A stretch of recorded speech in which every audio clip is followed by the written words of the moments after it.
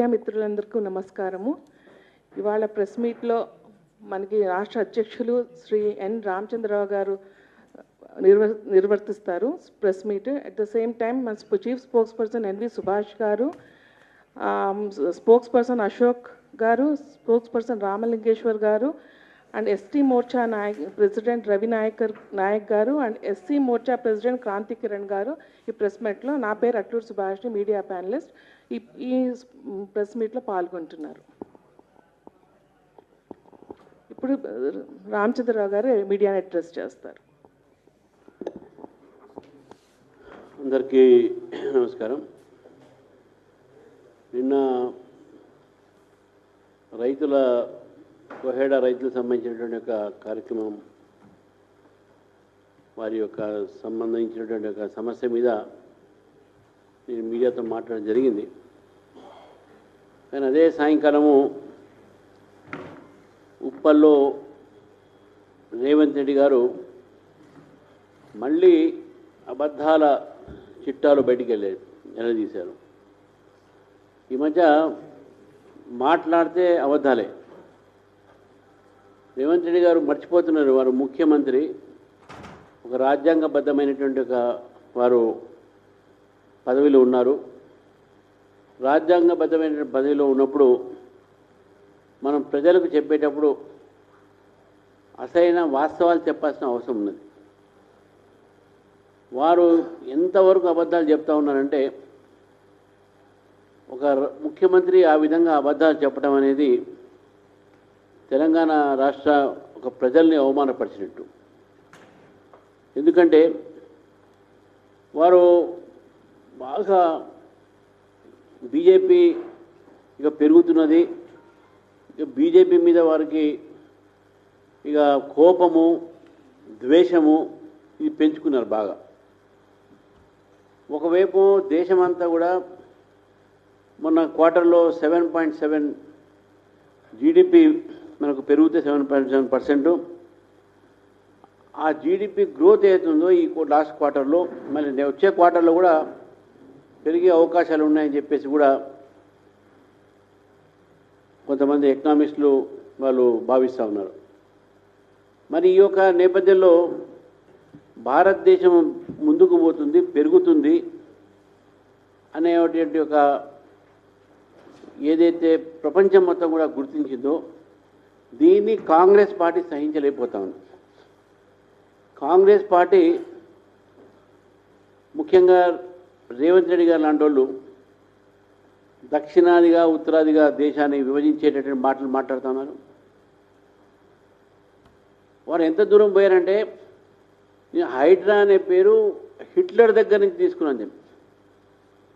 Hitler ప్రపంచం మొత్తంలో ఒక యుద్ధానికి కారకమైనటువంటి ఒక వ్యక్తి. ఆ హిట్లరు చనిపోతే ప్రపంచమంతా కూడా సంతోషపడినటువంటి ఒక వ్యక్తి. ఏ హిట్లర్ అయితే ప్రపంచానికి నాశనం చేసినటువంటి వ్యక్తి, అటువంటి హిట్లరుకు ఇష్టమైనటువంటి ఒక పదము హైడ్రా సంస్థ.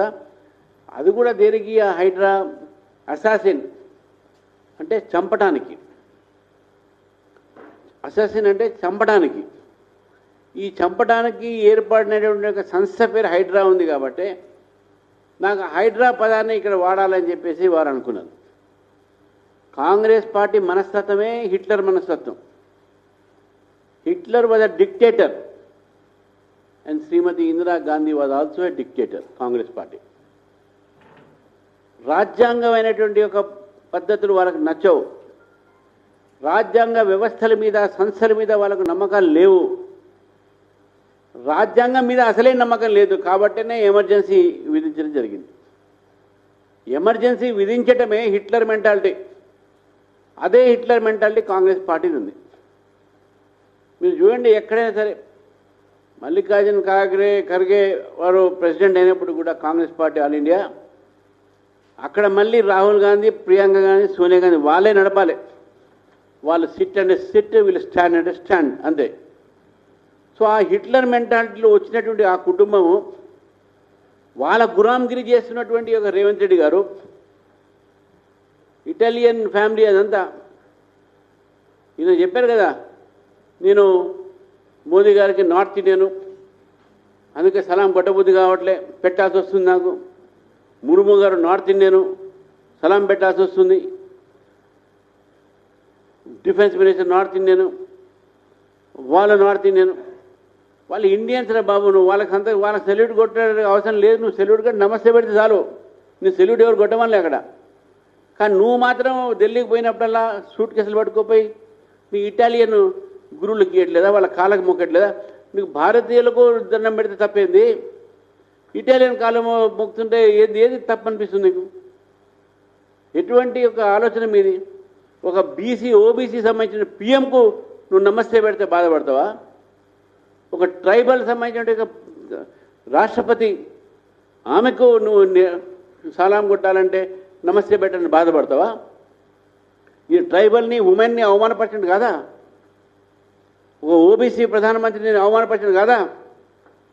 నీకు కేవలం ఆ ఇటలీ కుటుంబం నుంచో వాళ్ళు వచ్చిన వాళ్ళు కాబట్టి వాళ్ళకు సలాం కొట్టడమే, సంచీలు సూట్ కేసులు అంటేయడమే వాళ్ళ చేతికి. ఇది మీ ఆలోచన. ఈ హైడ్రా, అందుకని నేను చదువుతున్న రోజుల్లో ఒక స్లోగన్ ఉంటుండే, జో హిట్లర్కి చాల్ చలేగా ఓ హిట్లర్కి మౌత్ మరేగా. జో హిట్లర్కి చాల్ చలేగా ఓ హిట్లర్కి మౌత్ మరేగా. నేను ఇక్కడ మౌత్ వ్యక్తిగా చెప్పట్లేదు, పార్టీకి చెప్తాను. ఏ పార్టీ అయితే హిట్లర్గా భవిస్తుందో ఆ పార్టీకి చావు తప్పదు. ఆల్రెడీ సగం చచ్చిపోయింది ఆ పార్టీ. మొత్తం దేశంలో 3 రాష్ట్రాల్లో అధికారులు ఉన్నారు ఇప్పుడు. ఇంకా హిట్లర్ ఆలోచనతో మీరు ఉన్నారు కాబట్టి ఇది మీ యొక్క భవిష్యత్తు, మీ యొక్క చరిత్ర. అదేవిధంగా ఈ 7.7 చరిత్ర సమయంలో భారతదేశం ప్రగతి చెందని మీరు మెచ్చుకోకపోగా గత 3-4 రోజుల నుంచి భారతీయ జనతా పార్టీ మీద రేవంత్ రెడ్డి గారు ఒకటే ఇరుక్కుబడుతున్నారు. మొన్న పాలమూరు రంగారెడ్డి అక్కడ ప్రాజెక్ట్ దగ్గర పోవటం, అక్కడ కూడా మొత్తం బీజేపీ మీదనే మాట్లాడడం. నిన్న ఉప్పలు వచ్చారు, నిన్న మొత్తం బీజేపీ మీద, కిషన్ రెడ్డి గారి మీద, వాళ్ళ మీద మాట్లాడటం. నాకు ఎవరు చెప్తా ఉండే ఇంతకుముందు, పొద్దున్న లేస్తే బీజేపీ అంటుంటా, మధ్యాహ్నం బీజేపీ అంటుంటా, రాత్రి పండుకునేది బీజేపీ. అసలు బీజేపీయే కళ్ళు వస్తుంది. ఆయనకు బీజేపీ భయం పడుకుంది, బీజేపీ నాయకులంటే భయం పడుకుంది. సవేరే బీజేపీ, ఆఫ్టర్నూన్ బీజేపీ, రాత్రి బీజేపీ. కాంగ్రెస్ పార్టీ బాబు అది మర్చిపోయే మధ్యమైన బీజేపీ బీజేపీ బీజేపీ ఇదే. కిషన్ రెడ్డి లేదు, బండి సంజయ్ ఇవి తప్ప ఈ కాంగ్రెస్ నాయకులకు, ముఖ్యంగా రేవంత్ రెడ్డి గారికి వేరే ఆలోచన ఉండట్లేదు. They are obsessed with these words. తర్వాత వాడి మాట్లాడుతున్నారు, ధాన్యం అంట వీళ్ళు మా ఆఫీసుల ముందు, ఇళ్ళ ముందు వేసి పెడతారంట. ఎంత అబద్ధాలు ఆడుతున్నారంటే అసలు వీళ్ళని అడగాలి మనం. ఎంత ధాన్యమో వీళ్ళు ప్రొక్యూర్ చేశారు. కేంద్ర ప్రభుత్వంతో ఎంత అగ్రిమెంట్ ఉంది, కేంద్ర ప్రభుత్వం ఎంత కొన్నది మీకు చెప్తానండి.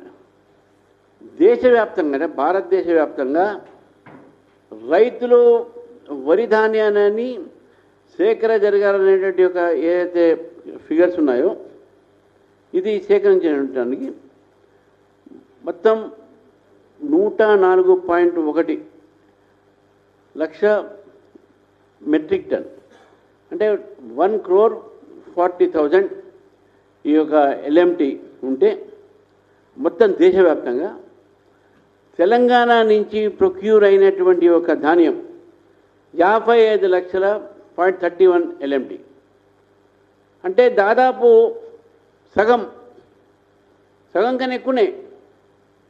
ఇది ప్రొక్యూర్ చేసింది స్టేట్ గవర్నమెంట్ దగ్గర నుంచి, మన తెలంగాణ స్టేట్ నుంచి సెంట్రల్ గవర్నమెంట్. ఈ మాట ప్రజలకు ఎందుకు చెప్పట్లేదు?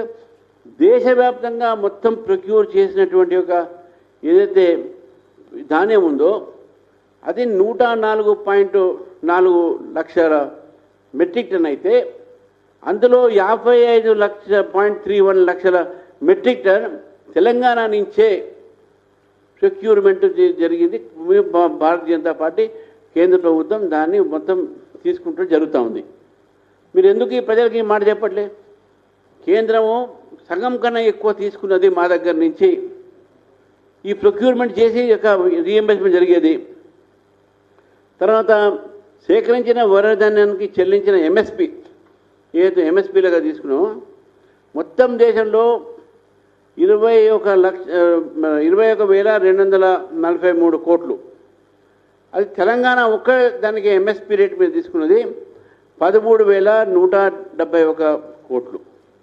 అంటే దేశవ్యాప్తంగా ఏదైతే ఎంఎస్పి ప్రకారం తీసుకున్నటువంటి యొక్క ఏదైతే ధనం ఉందో మన ఫిగర్స్ ఉన్నాయో అది 21,000 అయితే 13,000 దాకా మోర్ దెన్ 50% మళ్ళీ అక్కడ కూడా ఎంఎస్పి ధర పైన తీసుకునే జరిగింది.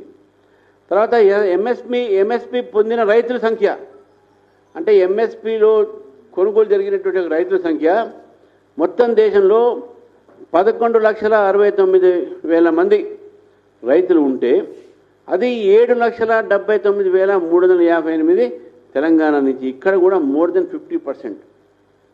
తెలంగాణ రైతుల దగ్గర నుంచి ఈరోజు కేంద్ర ప్రభుత్వం ఇచ్చినటువంటి ఒక ఏదైతే ఇది ఒక ప్రొక్యూర్మెంట్ స్టాటస్ నేను తెలంగాణ ఇన్ ఇండియా ఇది latest 7th June 2026 government of India నుంచి వచ్చినటువంటి ఒక రికార్డ్. ఇది అసలైనటువంటి ఒక విషయాలు ఇవి. ఈ యొక్క సెంట్రల్ ఫుడ్ గ్రెయిన్స్ ప్రొక్యూర్మెంట్ పోర్టల్లో కూడా మీరు పోతే ఇది మీకు కనబడుతుంది. ఇది నేను ఇచ్చినట్టు ఫిగర్ కాదు, ఇది గవర్నమెంట్ ఆఫ్ ఇండియా ఇచ్చిన figure, food corporation of India ఇచ్చినటువంటి ఫిగరు. ఈ ఫుడ్ కార్పొరేషన్ ఆఫ్ ఇండియా ఏదైతే రీఎంబర్స్మెంట్ చేస్తుందో దానికి సంబంధించినటువంటి ఒక ఫిగర్ ఇది. ఇప్పుడు నేను రాష్ట్ర ప్రభుత్వాన్ని అడుగుతాను, మేము అన్ని లక్షల ధాన్యం కొన్నాం, ఇన్ని లక్షల ధాన్యం కొన్నాం, ప్రొక్యూర్ చేసినాం, ఎక్కడ చేశారండి మీరు? అసలు మీకు సోయనే లేకుండే మార్చి 25 నుంచి కొనుగోలు చేయాల్సినటువంటి కేంద్రాలలో కొనుగోలు స్టార్ట్ చేయకుండా మీరు చేసింది ఏప్రిల్ 25 తారీఖు నాడు. అంటే ఒక నెల ఆలస్యం. నెల ప్రభుత్వం పడుకొని ఉన్నది, మీ మినిస్టర్లు పండుకొని ఉన్నారు, మీరు పండుకొని ఉన్నారు. సడన్గా ఎప్పుడైతే రైతులు గోలబెట్టే వరకు మీరు మేలుకున్నారు. భారతీయ జనతా పార్టీ వాళ్ళ దగ్గర పోయే వరకు అప్పుడు ధాన్యాన్ని కొనుగోలు చేస్తూ ఉన్నారు. ఇది మీ పరిస్థితి. మీరు మా ఆఫీసులో ధాన్యం వేస్తారంటున్నా ఏంటంటే మేము చూస్తాం, ఎన్ని లారీలు వస్తే చూస్తాం. మీకు ప్రభుత్వానికి కొద్దిగా సిగ్గు ఉంటే ఆ రైతులను ఆదుకోండి. ఆ రైతుల దగ్గర ఇప్పుడు మేము బలవంతం చేయబట్టి మీరు అంతా తీసుకున్నారు. మళ్ళీ ఇప్పుడు సెకండ్ క్రాప్ ఆల్రెడీ స్టార్ట్ అయిపోయింది. రైతులు దాంట్లో బిజీలో ఉన్నారు. కనీసం వచ్చేటటువంటి ఒక పంటకైనా మీరు సరైనటువంటి పరిస్థితి రైతులకు న్యాయం చేయండి. ఇది ఏదైతే మీరు చేస్తూ ఉన్నారో ఇది భారతీయ జనతా పార్టీ మీద ఈరోజు ముఖ్యమంత్రి గారు ఇరుచుకోపడేటువంటి కారణాలు చాలా ఉన్నాయి. వారు ఒక అబద్ధాలు ఆడతారు. కేంద్ర మంత్రి కిషన్ రెడ్డి గారు ఏదైతే వారి యొక్క మన ముఖ్యమంత్రి దేవేంద్ర ఫడ్నవీస్ దగ్గర టైము వీళ్ళు తీసుకోవట్లేదు అని చెప్పి, అసలు మీరు ముఖ్యమంత్రిగా దేవేంద్ర ఫడ్నవీస్ దగ్గర టైం తీసుకున్నారా? నేను నిన్న దేవేంద్ర ఫడ్నవీస్ గారి యొక్క ఆఫీస్కి ఫోన్ చేశాను. ఒక 1 month బ్యాక్ ఉత్తమ్ కుమార్ రెడ్డి గారు ఏదో అపాయింట్మెంట్ అడిగారు వారి కోసం. అది దేనికోసం అడిగారు మనకు తెలియదు, వారి కోసం అడిగారు. అక్కడ ఎటువంటి రిక్వెస్ట్ తెలంగాణ ముఖ్యమంత్రి దగ్గర నుంచి లేదు. దేవేంద్ర ఫడ్నవీస్ గారి దగ్గర ఆ ఆఫీసు లేదు. వీళ్ళు అడగలే. ఈయన ముఖ్యమంత్రి అపాయింట్మెంట్ అంట కిషన్ రెడ్డి అడగాలంట. ఇది ఆలోచిస్తున్నాం మనం. ముఖ్యమంత్రి ప్రజలు చేసింది నిన్ను, అది మర్చిపోయి మీ పని కూడా కిషన్ రెడ్డి చేయాలంటే ఎట్లయితుంది చెప్పండి? మీ పని కిషన్ రెడ్డి ఎందుకు చేయాలి? మరి చెప్తారు వీళ్ళు అసలు పట్టించుకోవట్లేదు అంట. అసలు పట్టించుకోవట్లేదు కిషన్ రెడ్డి గారు. మెట్రో గురించి మాట్లాడారు. మెట్రో గురించి ఈరోజు భారతీయ జనతా పార్టీ ప్రభుత్వమే లేకుంటే, నరేంద్ర మోదీ గారి యొక్క కాంట్రిబ్యూషన్ లేకుంటే, కేంద్ర ప్రభుత్వము ఎల్ఎన్టీకు మొత్తం అక్కడి నుంచి దీన్ని విడుదల చేసి రాష్ట్ర ప్రభుత్వానికి మెట్రో ఇవ్వాలంటే అవన్నీ కూడా మొత్తం కూడా కేంద్ర ప్రభుత్వం యొక్క సహకారంతో జరిగింది. అది ఆర్థిక సహకారం కావచ్చు, లాజిస్టిక్ కావచ్చు. దాని మీద అబద్ధాలు ఆడతారు. వారు ఏదైతే కిషన్ రెడ్డి గారు మరో మాట అన్నారు, కిషన్ రెడ్డి గారు వారు బీజేపీ ఎంపీ అయి మినిస్టర్ అయి వేరే పార్టీకి సంబంధం. వారు చిన్నప్పటి నుంచి కూడా ఏబీపీ, ఆర్ఎస్ఎస్, బీజేపీలో ఉన్నారు. ఎప్పుడు కూడా ఆ పార్టీలో ఈ పార్టీలో తొంగి చూడలేదు, పోలేదు కూడా.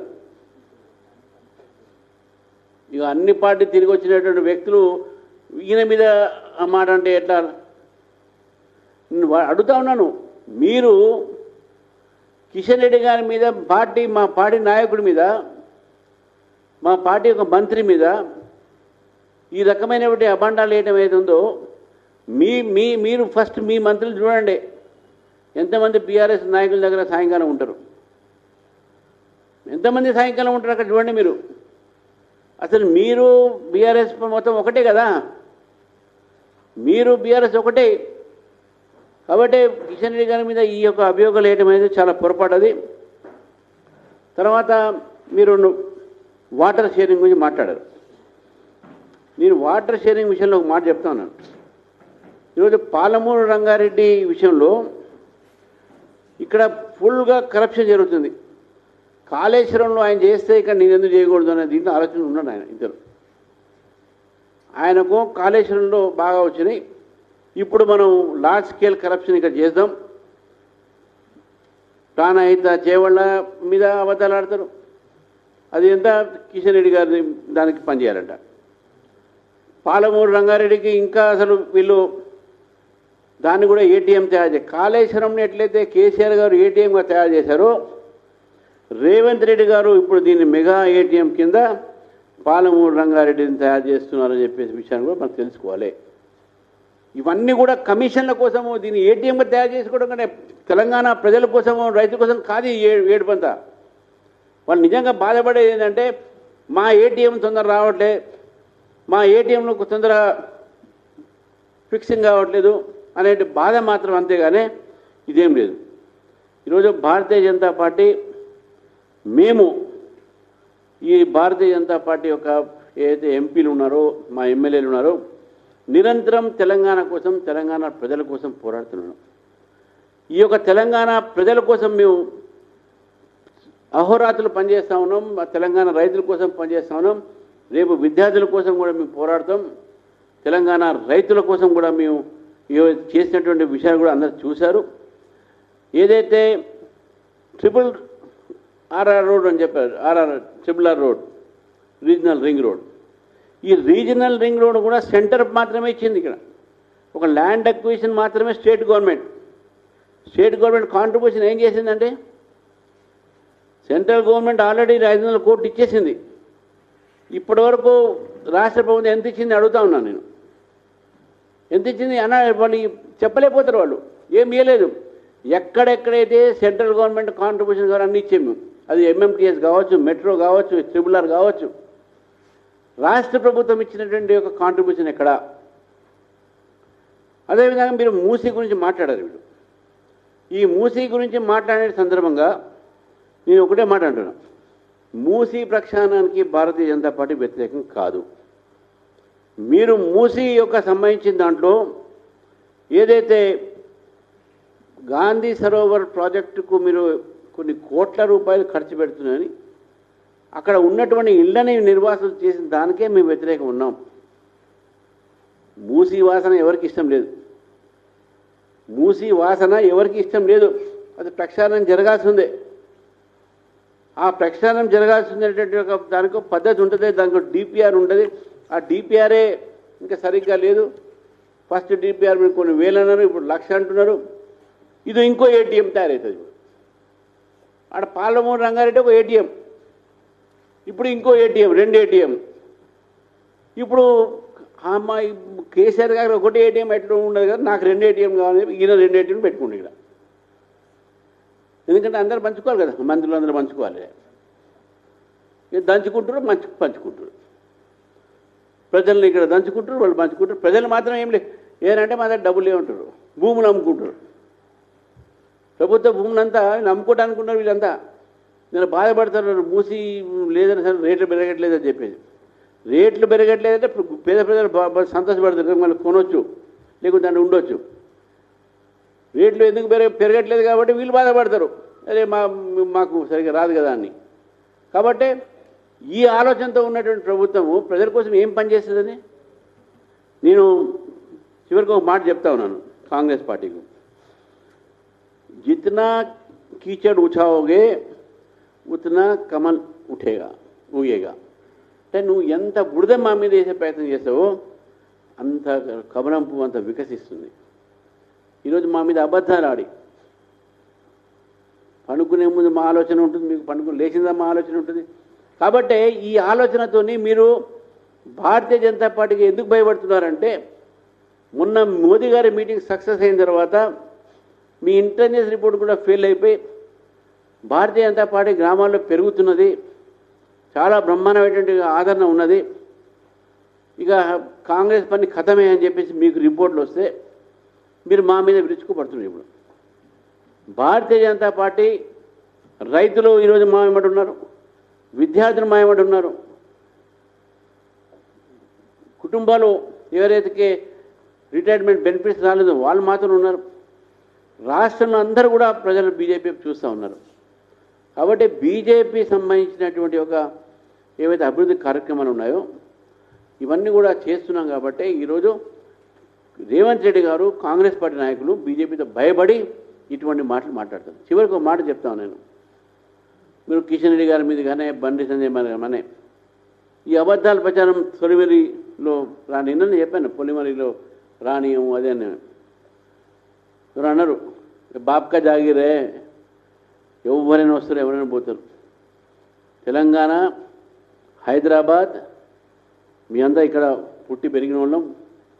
హైదరాబాదు ఇక్కడ 5 సార్లు ఎమ్మెల్యేగా గెలిచినట్టు కిషన్ రెడ్డి గారు కానీ, మా ఎమ్మెల్యేలు కానీ, మా ఎంపీ కానీ, ఇక్కడ ఎంపీగా 2 సార్లు గెలిచినటువంటి కిషన్ రెడ్డి గారు కానీ, దత్తాత్రేయ గారు కానీ, విద్యాసాగరరావు గారు కానీ, మా అనేక మంది నాయకులు తెలంగాణ కోసము ఆ రోజు పోరాడి తెలంగాణ తీసుకువచ్చినట్టు ఉన్నాయి. కానీ నేను మిమ్మల్ని అడుగుతా ఉన్నాను, మీరు తెలంగాణలో ఈరోజు అధికారంలో వచ్చారు. తెలంగాణలో అధికారం వచ్చినటువంటి నేపథ్యంలో మీకు తెలంగాణ మీద ఎంత ప్రేమ ఉందో ఒకసారి చెప్పండి. మూసి ఆల్వేస్ మీరు చెప్పినాం చేస్తున్నాం. తర్వాత ఈ తుమ్మడిహట్టి విషయంలో కూడా ప్రొసీజర్స్ మొత్తం ఇవన్నీ కూడా పక్క వాళ్ళ రాష్ట్రాలతోని ఈ ఇరిగేషన్ ప్రాజెక్ట్ మీద ఇంటర్ స్టేట్ రివర్స్ ఉన్నాయి కాబట్టి దానికి పద్ధతి ప్రొసీజర్ ఉండే, అది ప్రజలకు మీరు చెప్పాల్సిన బాధ్యత కాదా? ప్రాణహిత రివర్ కూడా ఏదైతే గోదావరి సంబంధించిన ఇంటర్ స్టేట్ రివర్ ఉందో దీని విషయంలో కూడా ముఖ్యమంత్రి గారు ఈ యొక్క ఏదైతే బెదిరిస్తున్నారో కిషన్ రెడ్డి గారు తీసుకోవట్లేదు, అది కూడా అబద్ధాలే. అబద్ధాలు ఆడేటటువంటి వ్యక్తి చీఫ్ మినిస్టర్గా కొనసాగుతున్నట్టుగా వారికి నైతిక విలువ ఉండవు. కానీ నిజాన్ని మాట్లాడాలి. మీరు కూడా నిజం మాట్లాడి ప్రజలకు వాస్తవాలు చెప్పండి. ఈరోజు అన్ని విషయాల్లో కూడా వైఫల్యం చెందినటువంటి పార్టీ ఇది.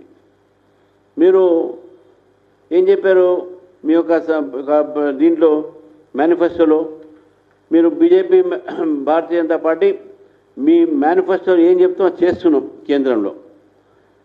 మీరు కర్ణాటక కోరుతూ వాళ్ళ కోరటుకుంట ఒక ప్రాజెక్టు, రాయచూరు ఏదైతే భీమా రివర్ రాయచూరు దగ్గర ఉందో ఆ ప్రాజెక్టుకు మీరు తెలంగాణకు రావాల్సిన కృష్ణా వాటర్ని అక్కడ పంపిస్తున్నారు. ఎవరినండి పంపిస్తున్నారు? అది ఎవరి జాగిరండి పంపిస్తున్నారు? అది ఎవరి జాగిరండి పంపిస్తున్నారు? ఈరోజు కృష్ణా జలాలు అది తెలంగాణకు రావాల్సినటువంటి ఒక దీంట్లో ఈ నికర జలాలు ఆల్రెడీ కర్ణాటకకు వాళ్ళ వాటా వాళ్ళకు ఉన్నది. మీరు ఎక్సెస్ ఎందుకు ఇస్తున్నారు వాళ్ళకి? దీని మీద ఎందుకు మీరు మాట్లాడలేదు? మీరు పాలమూరు రంగారెడ్డి పోయారు కదా మొన్న, ఈ విషయం ఎందుకు తీసుకొని రాలేదు? కేవలం రాయచూరులో థర్మల్ పవర్ స్టేషన్ రావడానికి కర్ణాటకలో మీ దోస్తు అక్కడ ముఖ్యమంత్రి అయింది కాబట్టి ఆయనకు నువ్వు ప్లీజ్ చేయడానికి అటు రాహుల్ గాంధీ గారు చెప్పినందుకు తెలంగాణ ప్రజలకు మీరు అన్యాయం చేస్తూ ఉన్నారు. రాహుల్ గాంధీ గారు మీరు చెప్తే తెలంగాణ ప్రజలకు మీరు అన్యాయం చేస్తున్న విషయాన్ని కూడా ఈరోజు ప్రజలు గమనిస్తారు. మీ యొక్క ముందు వాగ్దానాలు ఏదైతే ఉన్నాయో ఆ వాగ్దానాలు పూర్తి చేయండి. మీ ఇచ్చినటువంటి గ్యారంటీలు పూర్తి చేయండి. తర్వాత మీరు కిషన్ రెడ్డి గారి మీద మాట్లాడండి. మీరు మళ్ళీ చేయాల్సినటువంటి ఒక ఏదైతే రైతు డిక్లరేషన్ వరంగల్లో కానీ చేవళ్లలో ప్రకటించిన ఎస్సీ డిక్లరేషన్, కామారెడ్డిలో బీసీ డిక్లరేషన్, హైదరాబాద్లో యూత్ డిక్లరేషన్, అన్ని డిక్లరేషన్లే ఏది కూడా అది దాని ఏమంటారు ప్రాక్టికల్గా జరిగేది లేదు. You only declare and forget. ఈరోజు ప్రజలు అడుగుతూ ఉన్నారు మిమ్మల్ని, మీరు దీనికి సమాధానం చెప్పలేక బీజేపీ మీద ఏడుస్తున్నారు. మిమ్మల్ని మేము అడుగుతున్నాం, ఇది ఎప్పుడు మీ డిక్లరేషన్స్ ఏమైనాయి, రైతు భరోసా ఏమైంది, విద్యార్థుల ఫీ రియంబర్స్మెంట్ ఏమైంది, మిమ్మల్ని అడుగుతాను నేను. కాబట్టి మీరు బీజేపీ భజన బంద్ చేయండి. పొరపాటున బీజేపీ భజన చేసేందుకు మీరు ఏ పార్టీలో మీరే మర్చిపోయే అవకాశాలు ఉంటాయి. దయచేసి మీరు బీజేపీ మీద పొద్దున్న లేస్తే రాత్రి లేస్తే పండుకుంటే ఇక ఏ సమయంలో బీజేపీ గుర్తొస్తుంది నాకే తెలియదు. కానీ బీజేపీ ఈరోజు తెలంగాణ ప్రజల పక్షాన ఉన్నది. తెలంగాణ ప్రజల కోసం మేము పోరాడతాము. బీఆర్ఎస్ పార్టీ తెలంగాణను మోసం చేసింది. 10 సంవత్సరాలు పరిపాలించింది. ఇక వాళ్ళ కుటుంబం బాగుపడింది. వాళ్ళ కుటుంబం ఎంత బాగుపడిందంటే వాళ్ళు కొట్లాడుకుంటున్నారు. ఇప్పుడు మీరు బాగుపడే ప్రయత్నం చేస్తున్నారు, బాధపడుతున్నారు. అరే మొత్తం వాళ్ళు తీసుకుపోయారు, మాకేం లేదే అని. కాబట్టి మీరు కొత్త ఏటీఎంలు నిర్మాణం చేసుకుంటున్నారు. ఇటువంటి అన్నీ కూడా చూస్తూ బీజేపీ ఊరుకోదు. మీ ప్రభుత్వం వ్యతిరేకంగా ప్రజల ఒక ఉద్యమాన్ని మేము వ్యతిరేకంగా నిర్మాణం చేస్తాం. విద్యార్థుల ఒక ఉద్యమాన్ని నిర్మాణం చేస్తాం. కాబట్టి దయచేసి రేవంత్ రెడ్డి గారు మీరు అబద్ధాలు ఆడకండి, నిజాలు మాట్లాడండి. కిషన్ రెడ్డి గారి మీద, సంజయ్ గారి మీద, మా ఎంపీల మీద, మా ఎమ్మెల్యేల మీద, మా ఎమ్మెల్సీల మీద దయచేసి మీరు మీ యొక్క అక్కాసిని, మీ యొక్క ఫ్రస్ట్రేషన్ ఏది ఉందో, భారతదేశం పెరిగిపోతుంది మోదీ గారి నాయకత్వంలో, అయ్యో రేపు నెక్స్ట్ తెలంగాణలో బీజేపీ వస్తే ఎట్లా అనే ఆలోచనలతో యు ఆర్ ఫ్రస్ట్రేటెడ్. మీరే కాదు, కాంగ్రెస్ పార్టీ అంతా ఫ్రస్ట్రేటెడ్. ఇవాళ ఇండియా అలయన్స్ అయింది మీటింగ్. దాంట్లో ఎంతమంది ఉంటారో ఎంతమంది పోతుందో ఆల్రెడీ స్టాలిన్ పోయిండు, టీఎంసీ బ్రేక్ అయింది. ఉన్నలో ఒకరో మొత్తం వాళ్ళు కూడా కొట్టాడుకునే పరిస్థితి ఉన్నది ఇప్పుడు. కాబట్టి మీరు ముందు మీ యొక్క జాగ్రత్త మీరు చూసుకోండి, మీ పార్టీ మీరు జాగ్రత్త చూసుకోండి, మీ పదవి మీరు జాగ్రత్త చూసుకోండి. అప్పుడు మీరు మా మీద మాట్లాడండి. ప్రజలకు ఈ హామీ ఇచ్చినటువంటి హామీలు నెరవేర్చి మా మీద మాట్లాడే అధికారం మీకు ఉంటుంది. కానీ మేము మాత్రం రేపు వచ్చేది అధికారంలో మేము వచ్చిన తర్వాతనే ప్రజలకు న్యాయం జరుగుతుందని చెప్పేసి కూడా విశ్వసిస్తూ ధన్యవాదాలు.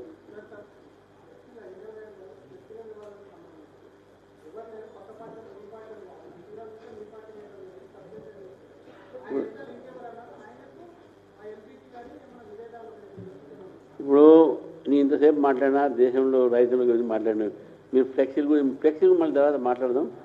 ఫ్లెక్సీలు నడుస్తూనే ఉంటాయి. అవి